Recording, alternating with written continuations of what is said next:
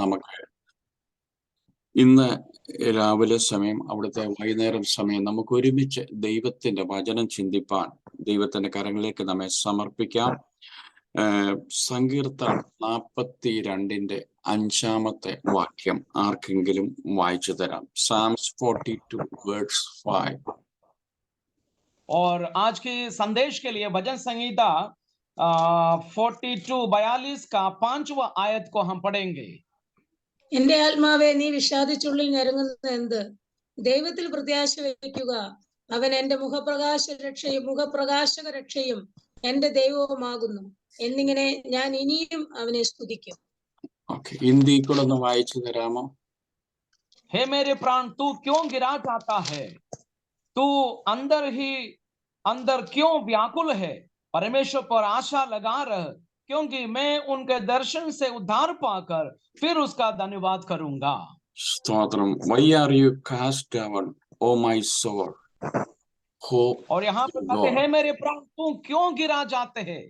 സ്തോത്രം. ഇന്ന് ഈ സന്ധ്യ സമയത്ത് എനിക്ക് നിങ്ങളോട് സംസാരിക്കാനുള്ള മെസ്സേജിന്റെ ടൈറ്റില് ഹോപ്പ് ഇൻ ഗോഡ്. और आज संध्या काल में आपके बीच में जो संदेश को जो थीम है परमेश्वर के ऊपर हमारा भरोसा. സ്തോത്രം. ഈ ഭരോസ അല്ലെങ്കിൽ ഹോപ്പ്, പ്രതീക്ഷ, ഇത് നഷ്ടപ്പെട്ടു പോകുന്ന, ഇതില്ലാത്തൊരു ലോകത്താണ് നമ്മളെല്ലാരും ജീവിക്കുന്നത്. और इस संसार में हमेशा हमारी आशा जो है खत्म होते हैं, ऐसी एक दुनिया में हम जी रहा है. പ്രതീക്ഷയില്ലാത്തത് കൊണ്ട് ഇന്ന് നമ്മുടെ ഭാരതത്തിൽ നമുക്കറിയാമല്ലോ, ആത്മഹത്യ, സുസൈഡ് ചെയ്യുന്ന അതിന്റെ എണ്ണം കൂടിക്കൊണ്ടിരിക്കുക. और आशाहीनता के जीवन जब आते हैं तब लोग आत्महत्या करता है. ये हमारी भारतवर्ष में प्रतिदिन बढ़ते जा रहा है. എന്നാൽ ജീവിതത്തിൽ കഷ്ടങ്ങളും ക്ലേശങ്ങളും പട്ടിണിയും പ്രതികൂലമായ സാഹചര്യങ്ങളൊക്കെ ഉണ്ടെങ്കിലും കർത്താവിൽ പ്രത്യാശയോടെ ജീവിക്കുന്നത് ദൈവവൈദ്യ കുഞ്ഞുങ്ങൾ മാത്രമാണ്. और जीवन में परीक्षा, समस्याएं, तकलीफें सब कुछ जब आएगा, लेकिन एक आशा के साथ प्रभु में स्थिर बने रहने वाला एक ही व्यक्ति है जो परमेश्वर का संतान है. ഇന്ന് ഈ സന്ധ്യ സമയത്ത് നിങ്ങൾ വളരെ പ്രതികൂലമായ കാലാവസ്ഥയിൽ നിങ്ങൾ ദൈവസേനയിൽ കടന്നു വന്നത് ഒന്നും മറ്റൊരു ഫൈനാൻഷ്യൽ അല്ലെ ഒരു ഫിസിക്കലായിട്ടോ അല്ലെ മറ്റൊരു ഭൗതിക ബ്ലെസ്സിങ്ങിനല്ല, ഒരു സ്പിരിച്വൽ ബ്ലെസ്സിങ്ങിനെ പ്രതീക്ഷിച്ചിട്ടാണ് കടന്നു വന്നിരിക്കുന്നത്. और आज जितने भी लोग, परमेश्वर के लोग आज इसमें जुड़े हैं, वो कुछ और बाहरी बातों को प्राप्त करने के लिए नहीं आया, सिर्फ परमेश्वर के आत्मिक बातों को स्वीकार करने के लिए ही जुड़े हैं. എന്നാൽ പ്രതീക്ഷ നഷ്ടപ്പെട്ട ചിലർ ഇന്ന് രാത്രിയിൽ ഇവിടെ കടന്നു വന്നിട്ടുണ്ട്. പ്രതീക്ഷ. और जो हमारे जीवन का जो एक आशा है, പ്രതീക്ഷ നഷ്ടപ്പെട്ട ചിലർ ഇതിനകത്ത് കടന്നു വന്നിട്ടുണ്ട്. എന്നാൽ അവരോടുള്ള ദൂതാണ് ഇന്ന് രാത്രിയിൽ പരിശുദ്ധാത്മാവ് നിങ്ങളോട് സംസാരിക്കുന്നത്. और कुछ ऐसे लोग हैं जिनका जीवन में आशा जो है उनके जीवन से खत्म हो चुके हैं. ऐसे कुछ लोगों के लिए आज परमेश्वर कुछ संदेश देना चाहते हैं. ഇവിടെ ദൈവത്തിന്റെ വചനത്തിൽ നമ്മൾ കാണുന്നു, എന്റെ ആത്മാവെ നീ വിഷാദിച്ച് ഉള്ളിൽ ഞരങ്ങുന്നതെന്ത്? और यहाँ पर परमेश्वर का दास कहते हैं, हे मेरे प्राण तू क्यों गिरा जाता है, तू अंदर ही अंदर क्यों व्याकुल है. ഇവിടെ നോക്കിക്കേ, ഞരങ്ങുകയാണ്, ഞരങ്ങിക്കൊണ്ടിരിക്കുകയാണ്. സ്തോത്രം. और यहाँ पर देखिए एक व्याकुलता और एक गिरावट की बातें देखता है. ഇന്ന് രാത്രിയിൽ വിവിധമാകുന്ന വിഷയത്തിൽ ഞരങ്ങിയവരായി കടന്നു വന്നിട്ടുണ്ട്. हो सकता है कि आज रात्रि काल में बहुत सारी बातों से गिरे हुए व्याकुल लोग यहाँ पर जरूर उपस्थित होगा. ചിലർ രോഗിയായിട്ട് കടന്നു വന്നിട്ടുണ്ട്. और कुछ लोग जो है बीमारी हालत में होगा. ചിലര് ഫൈനാൻഷ്യൽ പ്രോബ്ലംസിൽ കടന്നു വന്നിട്ടുണ്ട്. कुछ लोग जो है आर्थिक समस्या में है. ചിലർക്ക് മക്കാൻ കാണത്തില്ല, റൊട്ടി കാണത്തില്ല, കപ്പട കാണത്തില്ല.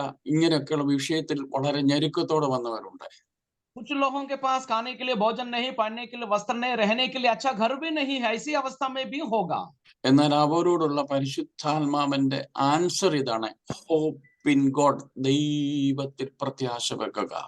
और ऐसे इस परिस्थिति में रहने वालों के लिए परमेश्वर का वचन यही कहते, प्रभु पर आशा रखिए।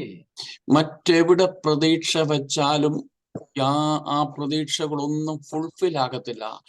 കർത്താവിൽ ദൈവത്തിൽ പ്രതീക്ഷ വെച്ചാൽ നിന്റെ ആഗ്രഹങ്ങൾ ഫുൾഫിൽ ആകും.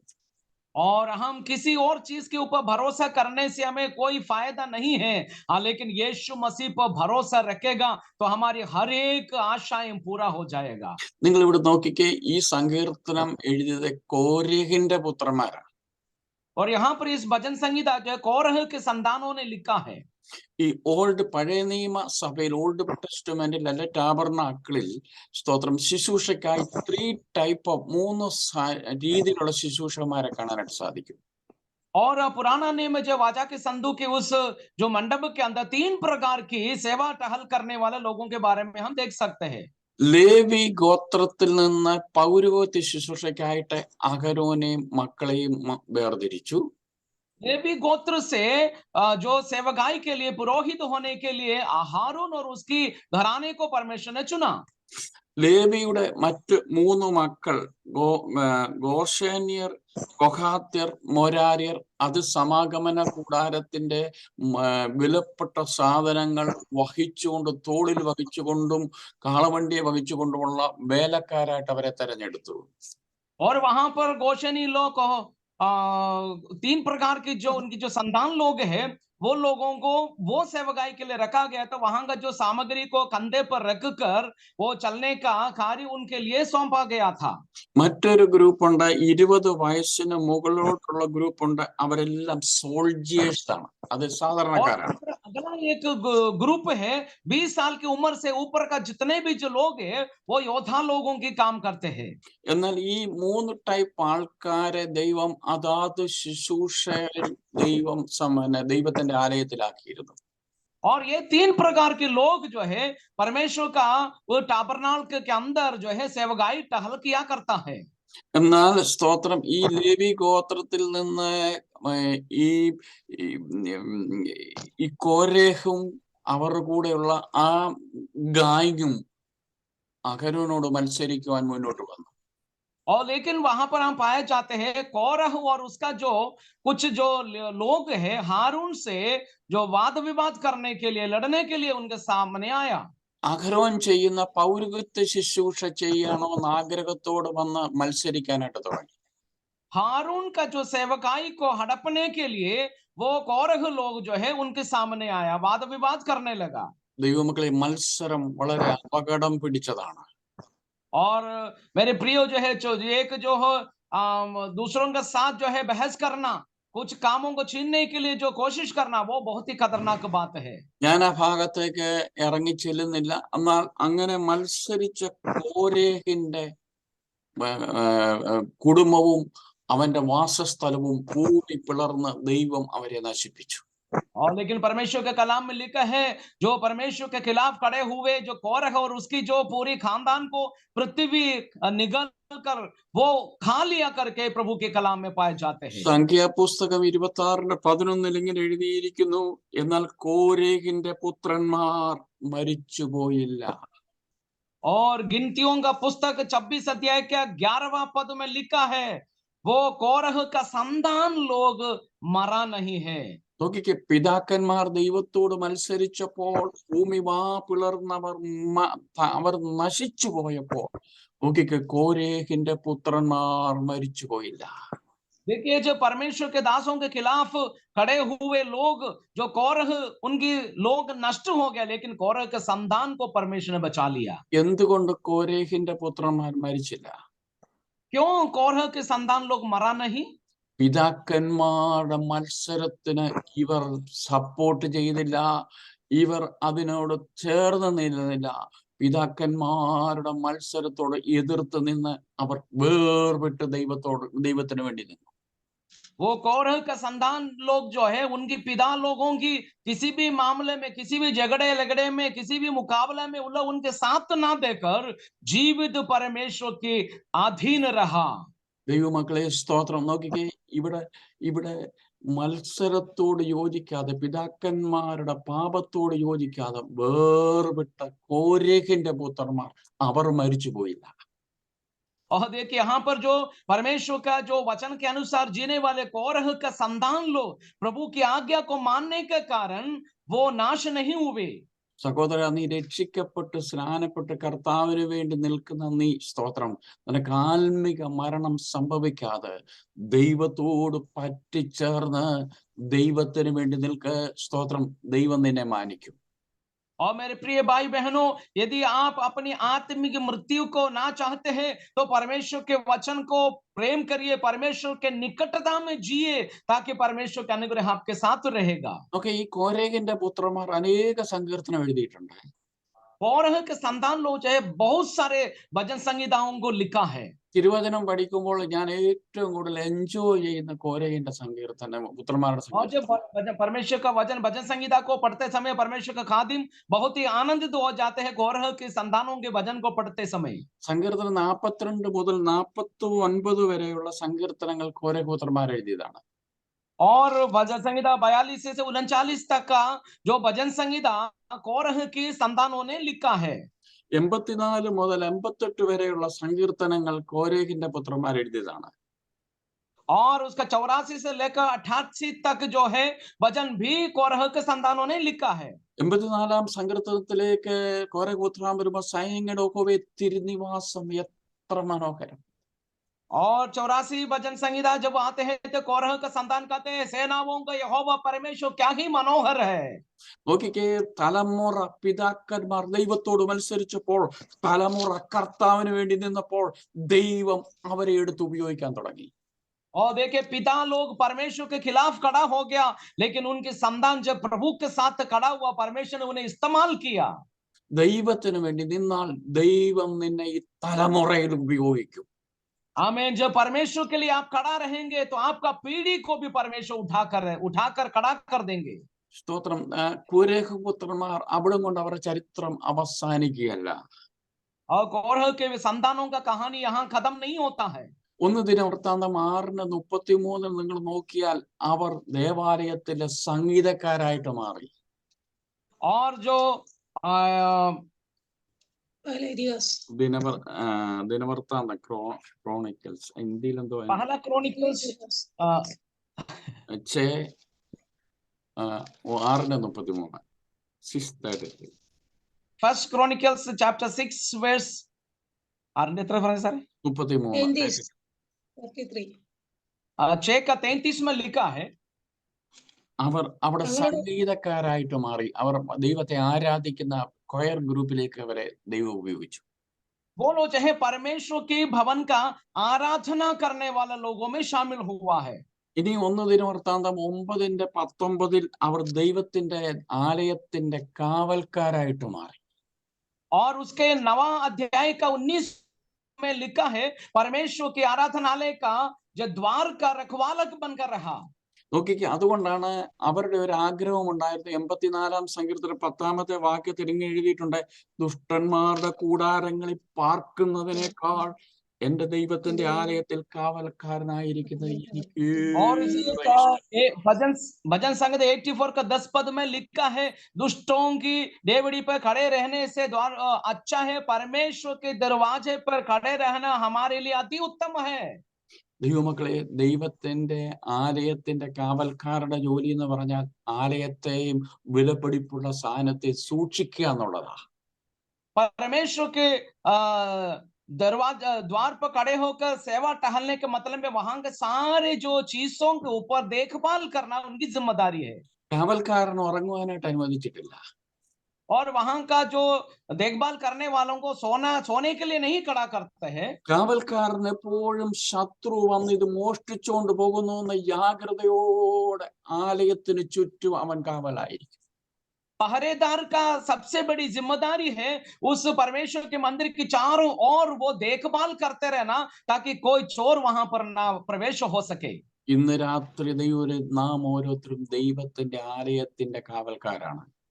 और मेरे प्रिय भाई बहनों, परमेश्वर का दासों दासियों, हम में से हर एक जन परमेश्वर के उस भवन का जो है देखभाल करने वाले पहरेदार है. പ്രാർത്ഥനയാകുന്ന ഹല്ലേലൂയ കാവൽക്കാരായിട്ട് നമുക്ക് ദൈവ സഭയും ശുശ്രൂഷയും നമുക്ക് സൂക്ഷിക്കാം. प्रार्थना योद्धा बनकर परमेश्वर के उस मंदिर की देखभाल करने वाला पहरेदारी का सेवकाई शुरू करना है. ഉറങ്ങാതിരുന്ന് ജാഗരിച്ച് പ്രാർത്ഥിക്കുന്ന കാവൽക്കാരനോടുള്ള ചോദ്യ, കാവൽക്കാര രാത്രി എന്തായി? और जो जागते हुए देखभाल करने वाला उस पहरेदार के लिए कहते हैं, पहरेदार समय क्या हुआ है? സ്തോത്രം. ദൈവമക്കളെ, ഈ ദിവസങ്ങളിൽ ദൈവം നമ്മെ കാവൽക്കാരാക്കിയിരിക്കുക. और मेरे प्रिय परमेश्वर, इन दिनों हम लोगों को पहरेदारी का सेवकाई दिया गया है. ദൈവമക്കളെ, ദൈവം നമ്മെ കാവൽക്കാരനാക്കി, രാജ്യത്തിന്റെ കാവൽക്കാരനാക്കി ദൈവം നമ്മെ ഓരോരുത്തരെ ആക്കിയിരിക്കുകയാണ്. और परमेश्वर जो है हम लोगों को अलग अलग जगह में, अलग अलग देश में प्रभु की उस सेवकाई के देखभाल करने के लिए नियुक्त किया है. ഒരിക്കൽ കായീനോട് ചോദിച്ചു, നിന്റെ സഹോദരൻ ആബേൽ എവിടെ? और एक बार परमेश्वर ने कैन से पूछा, तुम्हारा भाई हाबेल किधर है? അവനെ തിരിച്ച് ദൈവത്തോട് കായീൻ ചോദിച്ചു, ഞാൻ അവന്റെ കാവൽക്കാരനോ? और कैन ने परमेश्वर से पूछा कि मैं क्या मेरे भाई का रखवाला है क्या? ഇന്ന് ഈ സന്ധ്യ സമയത്ത്, ഇന്ത്യയിലെ സന്ധ്യ സമയത്ത് ഞാൻ നിങ്ങളോട് പറയട്ടെ, ദൈവമക്കളെ, സ്തോത്രം, ഹല്ലേലൂയ, നമ്മുടെ സഹോദരന്റെ കാവൽക്കാരൻ നാമ. और मेरे प्रिय भाई बहनों, हमें एक बात तो बताना चाहता हूँ, भारत में परमेश्वर ने आपको इसलिए रखा, आप अपने भाई का रखवाला है. ഭാരതത്തിനു വേണ്ടി, ലോകത്തിനു വേണ്ടി കാവൽക്കാരായിട്ട് നിന്ന് നമുക്ക് ജാഗരിച്ച് നമുക്ക് പ്രാർത്ഥിക്കാം. और भारत में एक ऐसे एक पहरेदार बनकर भारत के लिए प्रार्थना करके परमेश्वर की योजना को पूरा करना है. ഇവിടെ കോരേഖ് പുത്രന്മാർ, നമ്മൾ വായിച്ച നമ്മുടെ ടൈറ്റിൽ കുറിവാക്യത്തിൽ കോരേഖ് പുത്രന്മാർ പറയുകയാണ്, എന്റെ ആത്മാവേ നീ ഉള്ളിൽ വിഷാദിച്ച് ഞരങ്ങുന്നതെന്ത്? और यहाँ पर कोरह का संतान लोग परमेश्वर की उपस्थिति में यही कहते हैं कि हे मेरे परमेश्वर, तू अंदर ही क्यों व्याकुल है? ഈ കോരേഖ് പുത്രന്മാരോടുള്ള ഇങ്ങനെ അവരുടെ ഉള്ളിൽ ഞെരുങ്ങുവാൻ, അവർ ദുഃഖിക്കുവാൻ, അവർ ഭാരപ്പെടുവാനുള്ള കാരണം ചില ചോദ്യത്തിന് മുമ്പിലാണ്. और ये बात इसलिए हुआ, उन लोग परमेश्वर की उपस्थिति में कुछ सवाल के बीच में घेरा गया है, इसलिए ऐसे हुआ है. അവരുള്ള ചോദ്യം ഇതാണ്, നിന്റെ ദൈവം എവിടെ? वो उनसे यही पूछते, तुम्हारा परमेश्वर कहाँ है? നീ സേവിക്കുന്ന ദൈവം എവിടെ? तू जिस परमेश्वर की सेवा कर रहे वो कहाँ है? നീ ആരാധിക്കുന്ന ദൈവം എവിടെ? तू जिसकी आराधना कर रहे वो कहाँ है? നീ പിൻപറ്റുന്ന ദൈവം എവിടെ? और तू जिस प्रभु के पीछे चल रहे वो कहाँ पर है? ആ ദൈവം നിന്റെ കഷ്ടതയിൽ നിന്നെ സഹായിക്കുന്നില്ലല്ലോ. वो परमेश्वर तुम्हारी परेशानी में तुम्हारी मदद क्यों नहीं करता है? ആ ദൈവത്തെ നീ സേവിക്കുന്നെങ്കിൽ നിനക്ക് എന്തുകൊണ്ട് രോഗം വന്നു? और उस परमेश्वर की सेवा करने से तुमको बीमारी कहाँ से आया? ആ ദൈവത്തെ സേവിക്കുന്നത് കൊണ്ട് നിനക്ക് ഹല്ലേലൂയ കഷ്ടതയും പട്ടിണിയും രോഗവും കടന്നു വരുന്നില്ലയോ? उस पर जिस परमेश्वर की तुम सेवा कर रहे हैं उसके द्वारा तुम्हें बीमारी, लाचारी, कंगाली सब कुछ क्यों आता है? ഇങ്ങനെ ദിനംതോറും അവർ നിന്ദിക്കപ്പെടുന്നത് കൊണ്ട് രാവും പകലും അവരുടെ കണ്ണുനീർ അവരുടെ കാനായായിട്ട് മാറി. और इसलिए उनका जीवन का, दिन रात का उनका जो आंसू उनके लिए एक आहार बन गया है. സ്തോത്രം. അവരോടുള്ള പരിശുദ്ധാത്മാവിന്റെ ആലോചനയാണ്, അവന് ഉത്തരമാണ്, ദൈവത്തിൽ പ്രത്യാശ വെക്കുക. और ऐसी परिस्थिति में जीने वाले लोगों के लिए परमेश्वर का वचन यही सिखाते, परमेश्वर पर भरोसा रखिए. ഹോപ്പ് ഇൻ ഗോഡ്, ദൈവത്തിൽ പ്രത്യാശ വെക്കുക. और परमेश्वर के ऊपर भरोसा रखिए. സ്തോത്രം. ഈ പ്രതീക്ഷ അല്ലെങ്കിൽ പ്രതീക്ഷ ഹോപ്പ് എന്നുള്ള ആ ഇംഗ്ലീഷ് വേർഡിന് അനേക അർത്ഥമുണ്ട്. പ്രതീക്ഷ, ആശ, പ്രത്യാശ, ആഗ്രഹം, വിശ്വാസം, കാംക്ഷ, ഇങ്ങനെ പല ഉത്തരങ്ങളുണ്ട്. और अंग्रेजी में होप, जिससे हम विश्वास करते हैं, भरोसा करते हैं, उसका विभिन्न प्रकार का अर्थ है. इंतजार करना, आशीष पाना, इच्छा रखना, ये सब कुछ ये आशा में जुड़ी हुई है. ഈ വിശ്വാസത്താൽ വാഞ്ചയോടെ കാത്തിരിക്കുന്ന അവസ്ഥയ്ക്കാണ് ഈ പ്രത്യാശ എന്ന് പറയുന്നത്. और विश्वास के साथ इंतजार करने वाला एक कार्य को आशा में हम पाए जाते हैं. കഴിഞ്ഞു പോയതും ഇപ്പോൾ ഉള്ളവയും വരുവാനുള്ളവയുമായി കാണുന്ന കാര്യങ്ങളെ പ്രത്യക്ഷമായി ഗ്രഹിക്കുന്നതാണ് വിശ്വാസം. और जो हुआ है, जो होने वाली है, उन सारे बातों के ऊपर भरोसा करना हमारे लिए एक आशा है। അത് എബ്രായ ലേഖനം 15:1 നമുക്ക് കാണാനിടയ്ക്ക് വിശ്വാസം എന്നാൽ എന്തെന്ന് അതിനുള്ള ഡെഫിനേഷൻ അവിടെ എഴുതിയിട്ടുണ്ട്. और इब्रानियों 15 का पहला पद में वहां पर वो विश्वास के बारे में लिखा है। സ്തോത്രം. അതുപോലെ ദൈവമക്കളെ സ്തോത്രം, വരുവാനുള്ളവയെ മാത്രം വിശ്വാസത്തോടെ നോക്കിയിരിക്കുന്നതാണ് പ്രത്യാശ. जो आने वाली बातों के ऊपर भरोसा करना, वो हमारे लिए एक दृढ़ विश्वास है। ഇന്ന് ഈ സന്ധ്യസമയത്ത് പരിശുദ്ധാത്മാവിൽ ഞാൻ നിങ്ങളോട് പറയട്ടെ, സ്തോത്രം, വിവിധമാകുന്ന ചോദ്യങ്ങളുടെ മുമ്പിൽ, കഷ്ടങ്ങളുടെ മുമ്പിൽ, രോഗങ്ങളുടെ മുമ്പിൽ, സ്തോത്രം, ഫൈനാൻഷ്യൽ ആയിട്ടുള്ള പ്രോബത്തിന് മുമ്പിൽ, വിവിധമാകുന്ന വെല്ലുവിളികളുടെ മുമ്പിൽ പ്രതീക്ഷ നഷ്ടപ്പെട്ടവരായി നിങ്ങൾ കടന്നു വന്നിട്ടുണ്ടെങ്കിൽ ഉത്തരം ഇതാണ്: ദൈവത്തിൽ പ്രത്യാശ വെക്കുക.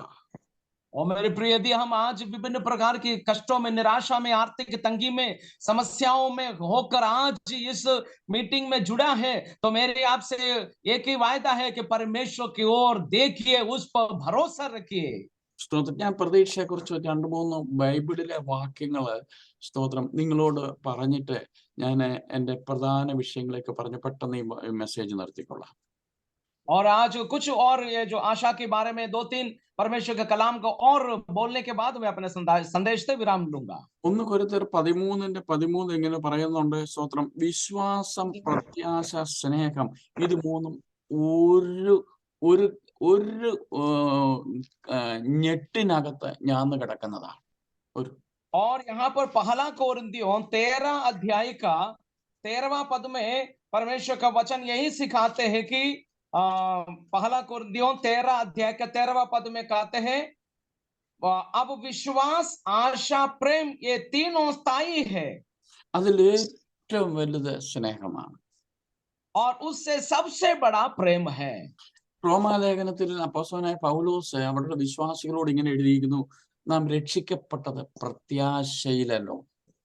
और रोमियों के पत्री में प्रेरित पौलुस कहते हैं, हमारा जो उद्धार जो है आशा से हुआ है।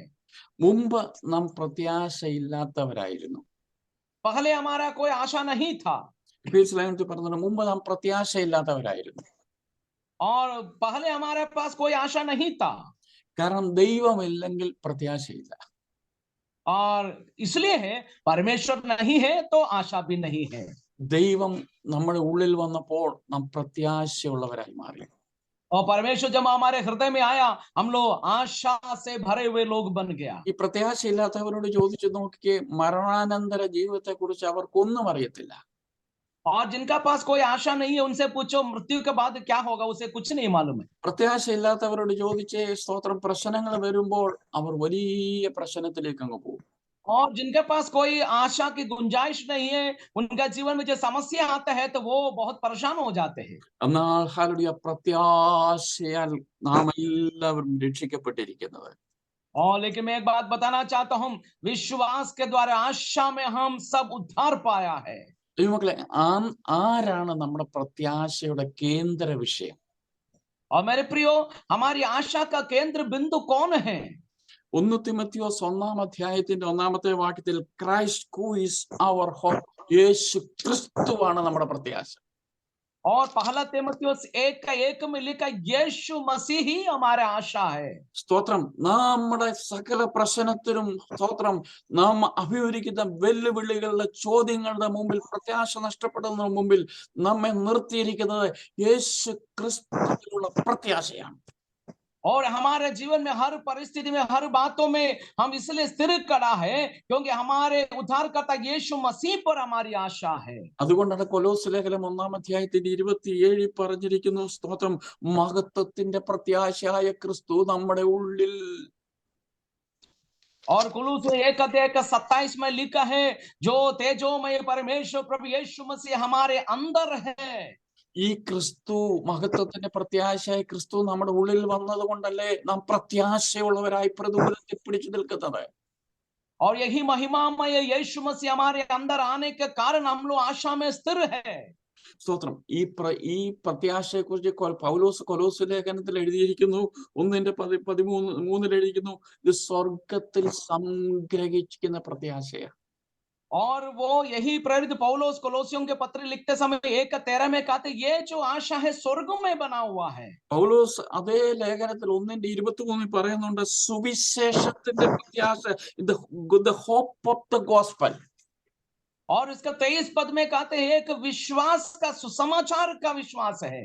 രക്ഷിക്കപ്പെട്ട ദൈവ പൈതലെ, സ്തോത്രം. പൗലോസ് വീണ്ടും 1 തെസ്സലോനിക്കർ 5:8 പറയുന്നു, രക്ഷയുടെ പ്രത്യാശ, the hope of the salvation, അതിനെ ധരിച്ചുകൊണ്ട് നാം നിൽക്കുക എന്നാണ് പറയുന്നുണ്ട്.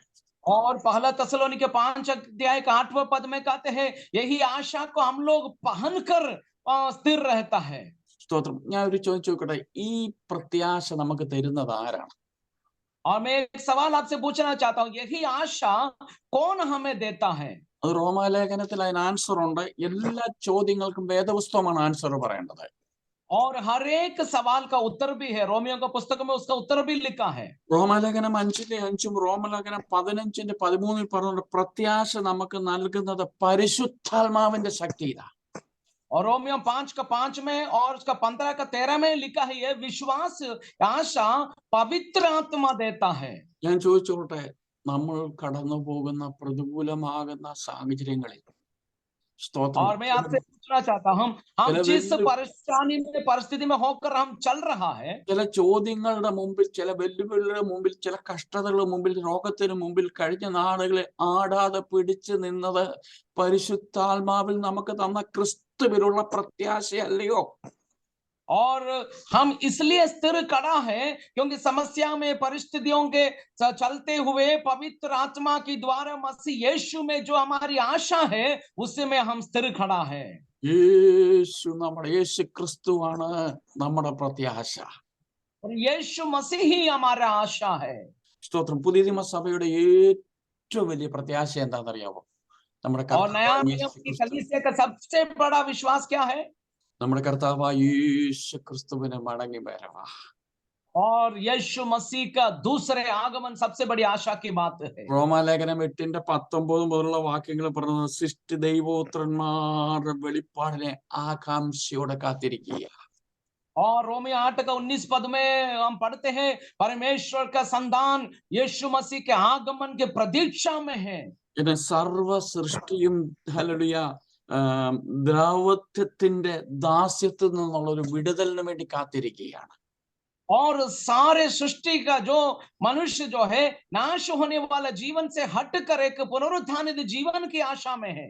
സകല സൃഷ്ടിയും ലോകത്തിൽ പാപം വന്നതുകൊണ്ട് നാം ദ്രവ്യത്വത്തിന്, അതായത് സ്തോത്രം, ദ്രവിച്ചു പോകുന്നതിന്, ദ്രവ്യത്വത്തിന് അടിമയായി നാം അടിമപ്പെട്ടവരായിരിക്കുകയാണ്. और संसार में पाप आने के कारण हमारे जिंदगी जीवन जो है इस मिट्टी में मिल जाते हैं। സ്തോത്രം. അപ്പോൾ നാം എല്ലാവരും നമ്മുടെ കർത്താവിന്റെ മടങ്ങി വരവിന് ആശയോടെ കാത്തിരിക്കുക. और इसलिए हम सब प्रभु यीशु मसीह का दूसरे आगमन को बहुत ही आशा पूर्व इंतजार कर रहा है। 1 യോഹന്നാൻ 3-ാം വാക്യത്തിൽ ഇങ്ങനെ പറയുന്നുണ്ട്, അവൻ പ്രത്യക്ഷനാകുമ്പോൾ നാം അവനെ, ആ വാക്യം 1 യോഹന്നാൻ 3:2 ഒന്ന് വായിച്ചു തരണമേ. സ്തോത്രം. നാം ഇപ്പോൾ ദൈവമക്കളാകുന്നു, നാം ഇന്നതാകുമെന്ന് ഇതുവരെ പ്രത്യക്ഷമായില്ല. അവൻ പ്രത്യക്ഷനാകുമ്പോൾ നാം അവനെ താൻ ഇരിക്കും പോലെ തന്നെ കാണുന്നതാകൊണ്ട് അവനോട് സദൃശന്മാരാകും എന്ന് നാം അറിയുന്നു. അവനിൽ ഈ ഉള്ളവരെല്ലാം അവൻ നിർമ്മലനായിരിക്കുന്നത് പോലെ തന്നെ നിർമ്മലീകരിക്കുന്നു. ദൈവമക്കളെ, നമ്മുടെ പ്രത്യാശ എന്ന് പറയുന്നത് നമ്മുടെ കർത്താവ് മടങ്ങി വരുമ്പോൾ നാം അവനെ പോലെ സാദൃശ്യന്മാർ. और मेरे प्रियो, यहाँ पर पहला यूहन्ना 3 अध्याय का 2-3 पद में लिखा है, हे प्रियो, अब हम परमेश्वर के संतान हैं और अभी तक यह प्रकट नहीं हुआ कि हम कुछ होंगे। इतना जानते हैं कि यह प्रकट होगा तो उसके समान होंगे, क्योंकि उसको वैसे ही देखेंगे जैसे वो है। और जो कोई उस पर आशा रखता है वह अपने आप को वैसा ही पवित्र करता है जैसे वह पवित्र है। സ്തോത്രം. കൊലോസ്യ ലേഖനത്തിൽ പറയുന്നുണ്ട്, നമ്മുടെ ജീവനായ ക്രിസ്തു വെളിപ്പെടുമ്പോൾ നിങ്ങൾ അവനോട് തേജസ്സിൽ വെളിപ്പെടും. അതാണ് സാദൃശ്യന്മാരായി മാറുന്നത്. और कुलूसियों के पत्र में लिखा है, जब उसके आगमन का समय हम उनकी सामान बदल जाएंगे. സ്തോത്രം. നമ്മുടെ വാക്യത്തിലേക്ക്, വായിച്ച വാക്യത്തിലേക്ക് നമുക്ക് മടങ്ങി വരാം.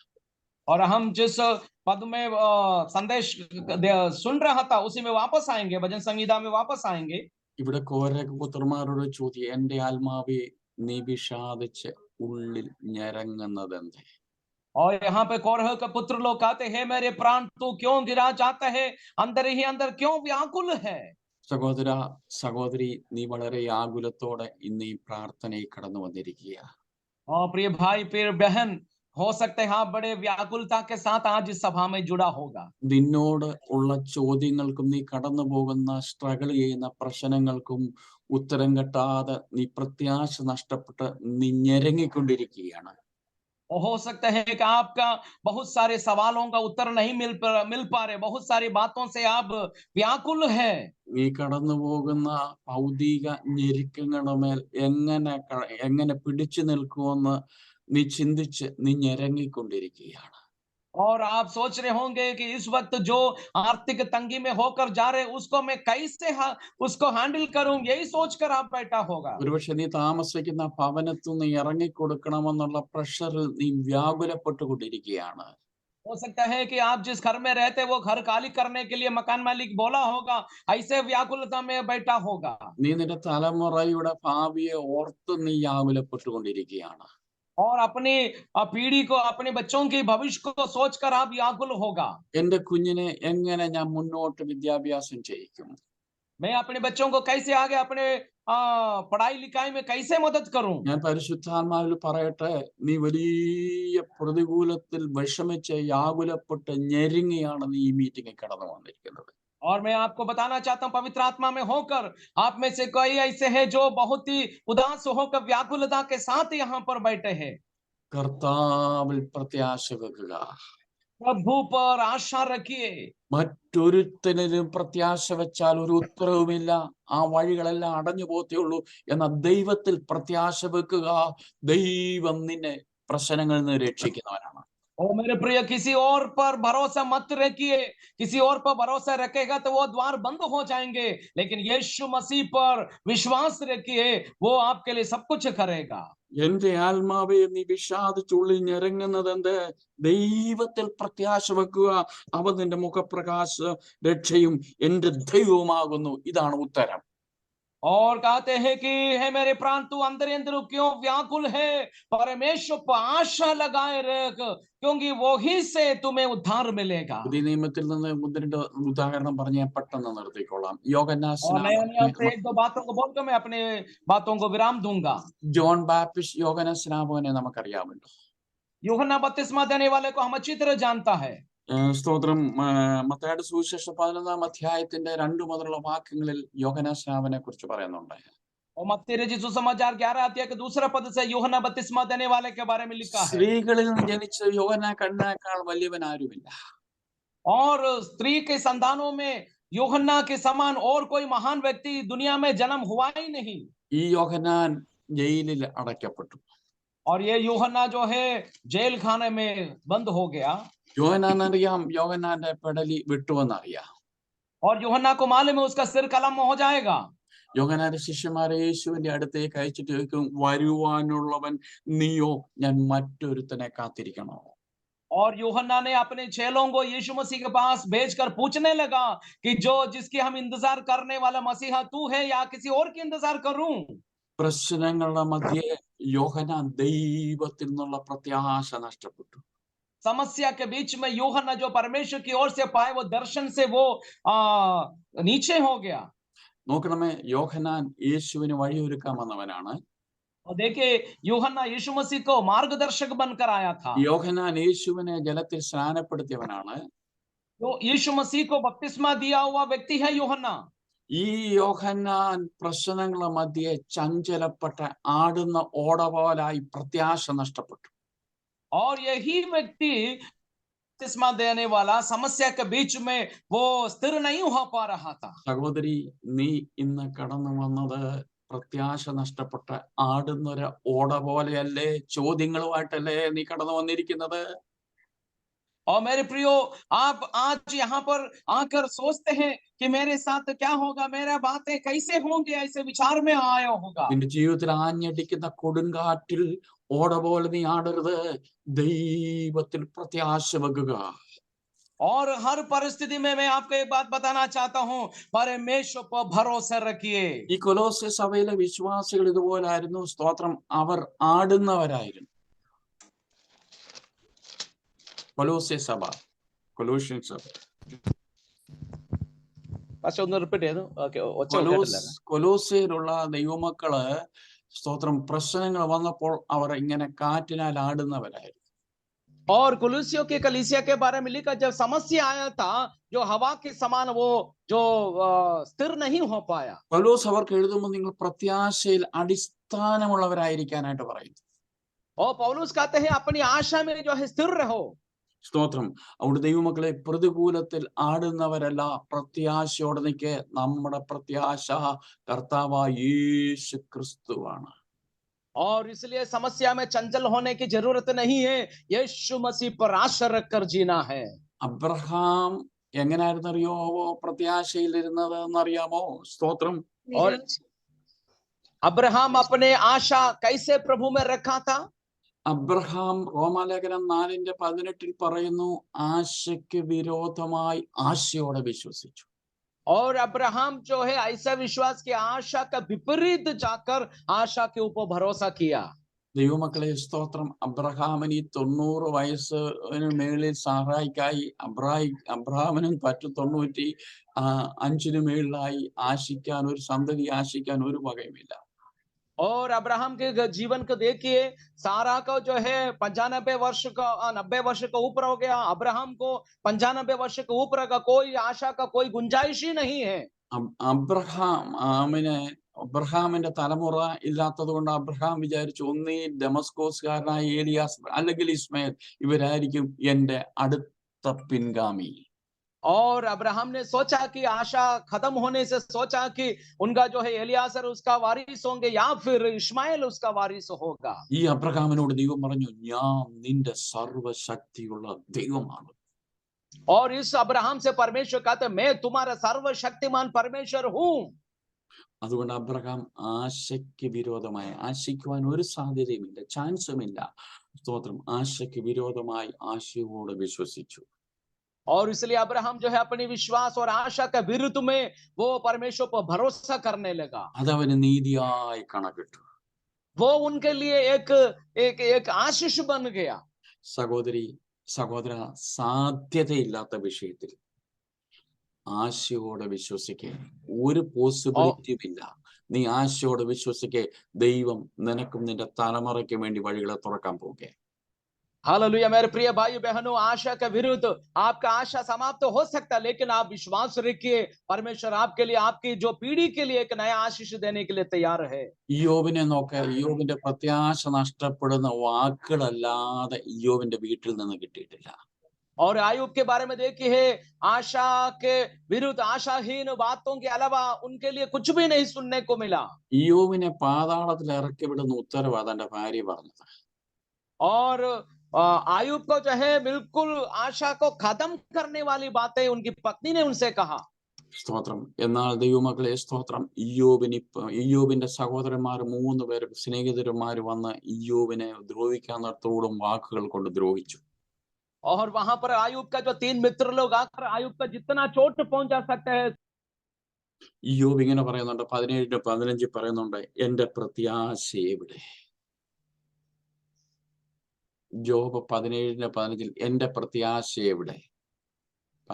और आयुब 17 का 17 में लिखा है कि मेरा जो भरोसा किधर है? എന്റെ പ്രത്യാശ ആര് കാണും? मेरा जो भरोसा कौन है? എന്നെ വീണ്ടെടുക്കുന്നവൻ ജീവിക്കുന്നു. ओह, मेरा उद्धारकर्ता जिंदा है। ഒടുവിൽ ഞാൻ ഹല്ലേലൂയ നിൽക്കുമെന്ന്, ഒടുവിൽ ഞാൻ അവൻ പൊടിമേ നിൽക്കുമെന്ന് ഞാൻ അറിയുന്നു. और वो कहते हैं कि वो मेरे साथ खड़ा होंगे, मैं जानता हूं. എന്റെ ത്വക്കിങ്ങനെ നശിച്ച ശേഷം और मेरे जो शरीर जो है खाल खत्म होने के बाद ദേഹസഹിതനായി ഞാൻ അവനെ കാണും. ओहो मैं शरीर छोड़कर त्याग कर मैं उसे देखूंगा.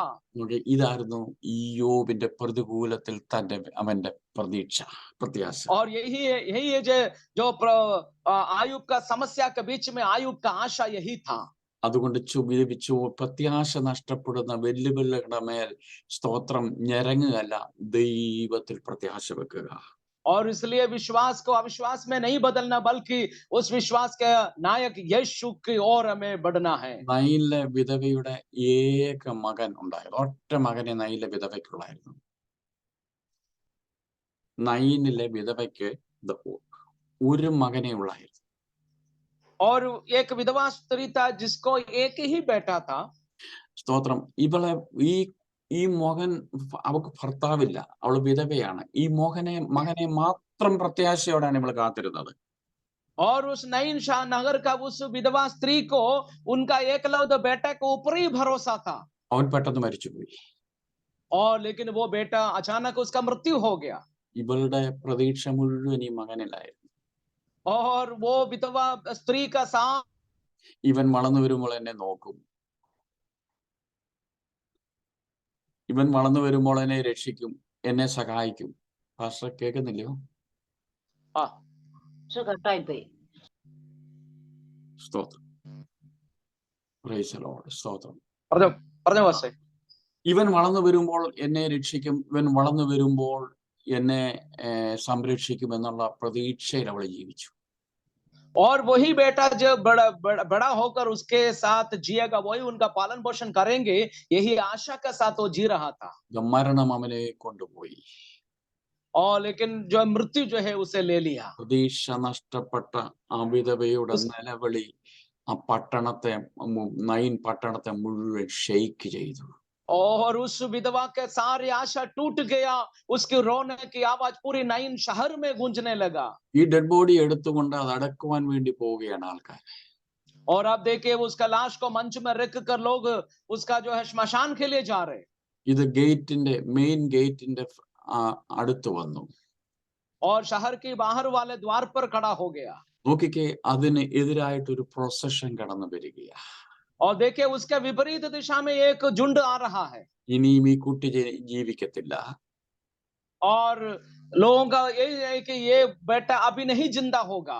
കൈവിട്ടുപോയി, हाथ से छूट गया है. ഇനിയും ഉയർക്കത്തില്ല, ഇവനെ ലഭിക്കത്തില്ല, ഇവനെ കാണത്തില്ല. और ये अभी जिंदा नहीं होगा, मैं अभी दोबारा इसे नहीं देख सकता हूँ. എന്നാൽ എതിരെ വന്നവൻ മഞ്ചത്തെ തടഞ്ഞു നിർത്തുവാൻ ശക്തനായ നസറേനായ യേശുവാണ്. और लेकिन जो उसके विपरीत दिशा से जो आया हुआ व्यक्ति कौन था? उसकी लाश के मंच पर छूकर और उसको रोकने वाला यीशु मसीह था. ശാപമഞ്ചത്തെ തടയുവാൻ ശക്തനായ ഒരു മനുഷ്യനെ കണ്ടിട്ടുണ്ടോ? और आज तक किसी भी लाश के मंच को रोकने वाला किसी को हमने देखा है? ശവമഞ്ചത്തിന് മുമ്പിൽ മുട്ടാടുന്ന മനുഷ്യരാണ്. ഏത് വലിയവനാണെങ്കിലും മുട്ടാടത്തേയുള്ളൂ. ശവമഞ്ചത്തെ തടഞ്ഞു നിർത്തിയിട്ട് സ്തോത്രം, മരിച്ചവന്റെ കൈ പിടിച്ചു ബാല്യക്കാരായി എഴുന്നേൽക്കെന്ന് പറഞ്ഞ് അവന്റെ അമ്മയ്ക്ക് ഏൽപ്പിച്ചു കൊടുത്തു. और यहाँ पर देखिए लोग जब हर बात में पीछे हटते हैं, तो यीशु मसीह उस लाश को मंच को रोका. उस लाश को उसने अपने हाथ बढ़ाकर कहा, हे बालक उठ, और वो जिंदा हो गया. वो अपनी माँ को उसे सौंप दिया. പ്രതീക്ഷ നഷ്ടപ്പെട്ട കൈവിട്ട ചില വിഷയങ്ങൾ और മടക്കി തരാൻ പോകുകയാ. और मेरे प्रियो, आपका जीवन के आशा टूटे हुए बहुत सारे चीजों को आज परमेश्वर आपको वापस लौटाने जा रहा है. ഇന്ന് പ്രതീക്ഷ നഷ്ടപ്പെട്ടവരാരെങ്കിലും കൈവിട്ടു പോയ ചില വിഷയങ്ങൾ ലഭിക്കത്തില്ലെന്ന് കരഞ്ഞു പ്രാർത്ഥിക്കുന്ന ചില വിഷയം ഇന്ന് രാത്രി ദൈവം നിനക്ക് മടക്കി തരാൻ. और यदि आपका जीवन का आशा की वह बात जब आपसे आशा टूट गया है, नहीं मिलेगा सोचा है, तो प्रभु आज विश्वास करो, उसे आप वापस लौटने के लिए प्रभु तैयार है. നമ്മുടെ പ്രത്യാശ കർത്താവായ യേശു ക്രിസ്തുവാ. और हमारा जो भरोसा प्रभु यीशु मसीह पर है. ഒറ്റ വിഷയം കൂടെ പറഞ്ഞ് നിർത്താൻ പോവുകയാണ്. യായിറോസിന്റെ വീട്ടിൽ വലിയ നിലവിളി ആരംഭിച്ചു. और एक बात और बोलकर मैं समाप्त करना चाहता हूं. यहाँ पर बहुत बड़ा एक रोने के आवाज सुन रहा है. വലിയ ആരവാരമാണ്. വലിയ ആരാപാരമാണ്, വലിയ കൊഴലൂത്തുകാരും അവിടെ ഉണ്ട്. और वहां पर जो है बहुत सारे लोग जो है रोने वाले लोग हैं, बैंड बाजा बजाने वाले सब हैं वहां पर। നോക്കണമേ, പ്രത്യാശയില്ലാത്ത മറ്റുള്ളവരെ പോലെ ഭയങ്കര നിലവിളിയാണ് ആ വീട്ടിൽ. और वहां पर जो है बिना आशाहीन लोगों के जैसे जो है रोने के आवाज सुनाई दे रहे। യേശു അവിടെ കടന്നു വന്നപ്പോൾ ചോദിക്കും, എന്തിനാണ് ഈ ആരാപാരം? और यीशु मसीह उस घर में पहुंच गया तो पूछा कि ये भीड़ भड़ाका क्यों? കാരണം ഈ മരണ വീട്ടിൽ കൂലിക്ക് ബാൻഡ് ഊതുന്നവരെയും നെഞ്ചത്തടിക്കുന്നവരെയും കൊണ്ടുവന്ന് കാശ് കൊടുത്ത് ഹയർ ചെയ്ത് ആ ദുഃഖത്തിന്റെ അന്തരീക്ഷം ഉണ്ടാക്കുന്ന ഒരു കൾച്ചർ മിഡിൽ ഈസ്റ്റിലുണ്ട്. और वो जो मिडिल ईस्ट में ऐसे होते हैं रोने जो जिनके घर में मृत्यु हो जाते हैं, वहां पर जो है मजदूरी के लिए लोगों को बुलाकर वहां पर विलाप करते हैं, लोग गाना बजाते हैं, बैंड बजाने वाले लोग आते हैं। ഇവര് പ്രത്യാശ നഷ്ടപ്പെടുത്തിക്കൊണ്ടിരിക്കുമ്പോൾ പ്രത്യാശയായി ക്രിസ്തു ഈ ഭവനത്ത് വന്നു. और वहां पर लोगों का आशा जब खत्म हो गया था, लेकिन आशा देने वाले यीशु मसीह उस घर में पहुंच गया। സഹോദര സഹോദരി, ലോകം നിന്റെ പ്രത്യാശ നഷ്ടപ്പെടുത്തുമ്പോൾ യേശു നിന്റെ ഭവനത്തിൽ വന്നിട്ടുണ്ടോ? അവൻ പ്രത്യാശ നൽകുന്നവനാ.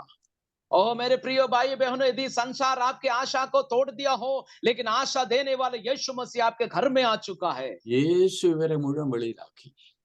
और यीशु मसीह वो सारे भीड़ भड़ाका को कमरे से बाहर कर दिया। ഇവർ യേശുവിനെ പരിഹസിച്ചു. और लोग यीशु मसीह का निंदा किया। നീ യേശുവിനെ ആരാധിക്കുന്നുണ്ട്, നിന്റെ അയലോക്കക്കാരും നിന്റെ പ്രിയപ്പെട്ടവർ നിന്നെ പരിഹസിക്കുന്നുണ്ട്.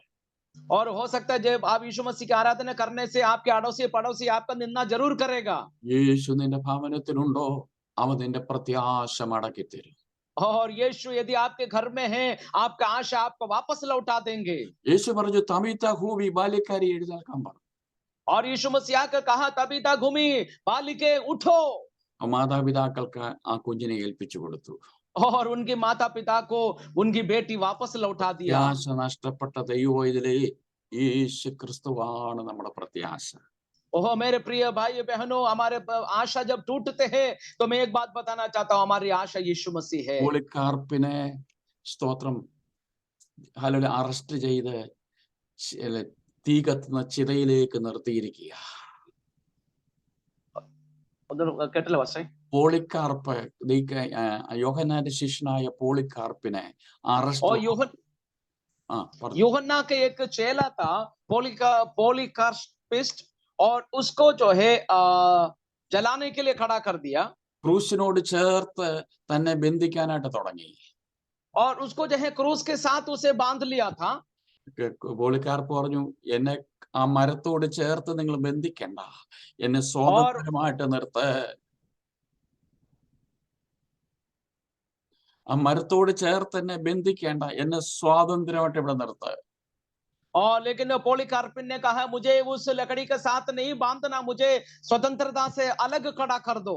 എന്റെ ക്രിസ്തുവിന് വേണ്ടി കത്തിച്ചാമ്പലാകുവാൻ ഞാൻ തയ്യാറാണ്. और पोलीकार्पिन ने कहा, मैं यीशु मसीह के लिए जलकर राख होने के लिए मैं तैयार हूं। 86 വയസ്സ് വരെ അവൻ എനിക്ക് ദോഷവും ചെയ്തില്ല.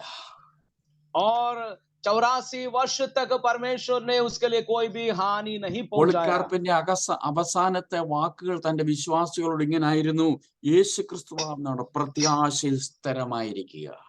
पोलीकार्पिन का आखिरी संदेश यही था, यीशु मसीह पर भरोसा रखिए, वही हमारी आशा है। ദൈവമക്കളെ സ്തോത്രം, നമ്മുടെ കുറിവാക്യം ഇതാണ്, എന്റെ ആത്മാവേ നീ എന്തുകൊണ്ട് ഉള്ളിൽ വിഷാദിച്ച് ഞരങ്ങുന്നു, ദൈവത്തിൽ പ്രത്യാശ വെക്കുക. और हमारा जो है जो संदेश का वचन भी यही था, हे मेरे प्राण तू क्यों अंदर ही अंदर क्यों व्याकुल है, क्यों गिरा जाते हैं, परमेश्वर पर आशा लगाए रहे। ഞാൻ എന്റെ വാക്കുകളെ ചുരുക്കുന്നു.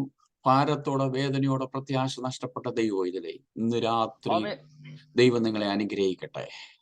मेरे प्रिय भाई बहन, मैं अपने बातों को विराम देना चाहता हूं, उससे पहले मैं बताना चाहता हूं, परमेश्वर पर आशा रखिए, प्रभु आपके लिए बहुत कुछ करने जा रहे हैं। യേശുവിൽ പ്രത്യാശ വെക്കൂ, നിങ്ങളുടെ വിഷയത്തിനെല്ലാം ഇന്ന് രാത്രി ദൈവം ഉത്തരം തരും. यीशु मसीह पर भरोसा रखिए, आपके सारे समस्याओं के लिए परमेश्वर आपको सब कुछ करने के लिए तैयार है। കണ്ണുകൾ അടയ്ക്കാൻ നമുക്ക് പ്രാർത്ഥിക്കാം. और आइए हम अपने आंखें बंद करेंगे और प्रार्थना करेंगे। സ്വർഗീയ നല്ല പിതാവേ, और स्वर्गीय पिता परमेश्वर, ഇന്ന് രാത്രി ഞങ്ങൾ അവിടുത്തെ സന്നിധി സമർപ്പിക്കുകയാണ്. और आज रात्रि काल हम अपने जीवनों को आपके हाथों में सौंपता हूँ। വചനം കേട്ട് എല്ലാവരെയും അവിടുത്തെ കരങ്ങളിൽ സമർപ്പിക്കുന്നു. जितनों ने वचन सुना है उन सबको समर्पण करता हूँ। വിവിധ രോഗത്തോടും ദുഃഖത്തോടും കഷ്ടത്തോടും ക്ലേശത്തോടും വെല്ലുവിളിയോടും കടന്നു വന്നവരുണ്ട് കർത്താവേ. और बहुत सारे तकलीफों में, दुख में, बीमारी में, समस्याओं में आए हुए लोग यहाँ जरूर है। പ്രത്യാശ നഷ്ടപ്പെട്ടവരായി കടന്നു വന്നവരുണ്ട് കർത്താവേ. और आशा टूटे हुए भी कई लोग हैं। സകല വിഷയം അറിയുന്ന കർത്താവേ, നിന്റെ കരങ്ങളിലേക്ക് നിന്റെ ജനത്തെ ഏൽപ്പിക്കുന്നു. और सारे बातों को जानने वाले प्रभु, आपके हाथों में इन लोगों को समर्पण करता हूँ। നിരാത്രി രോഗികളെ സൗഖ്യമാക്കണമേ. और प्रभु आज रात्रि के लिए हर एक को चंगा कर दीजिए। മനം തകർന്നവരെ ഇന്ന് രാത്രി വിടുവിക്കണമേ കർത്താവേ.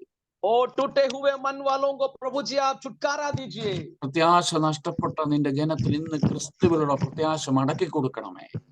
और आशा जिनके प्रभु जी कम हुआ है, वो मसीह यीशु पर और आशा लगाने ഇന്ന് पाए। രാത്രി നിന്റെ ജനത്തെ വിടുവിച്ചതിനായി സ്തോത്രം. प्रभु आज रात्रि के लिए अपने लोगों को छुटकारा दिया, उसके लिए धन्यवाद हो। യേശുവിന്റെ നാമം മഹിപ്പെട്ടതിനായി സ്തോത്രം. यीशु मसीह का नाम की महिमा हुआ, उसके लिए धन्यवाद हो। യേശു കർത്താവിന്റെ വിലയേറിയ നാമത്തിൽ തന്നെ ആമേൻ. और यीशु मसीह के पवित्र मीठे नाम से मांगता हूँ, आमीन। Thank you very much. God bless you all. और परमेश्वर आप सबको बहुत आशीष और बरकत दे। Thank you. और Thank you, इस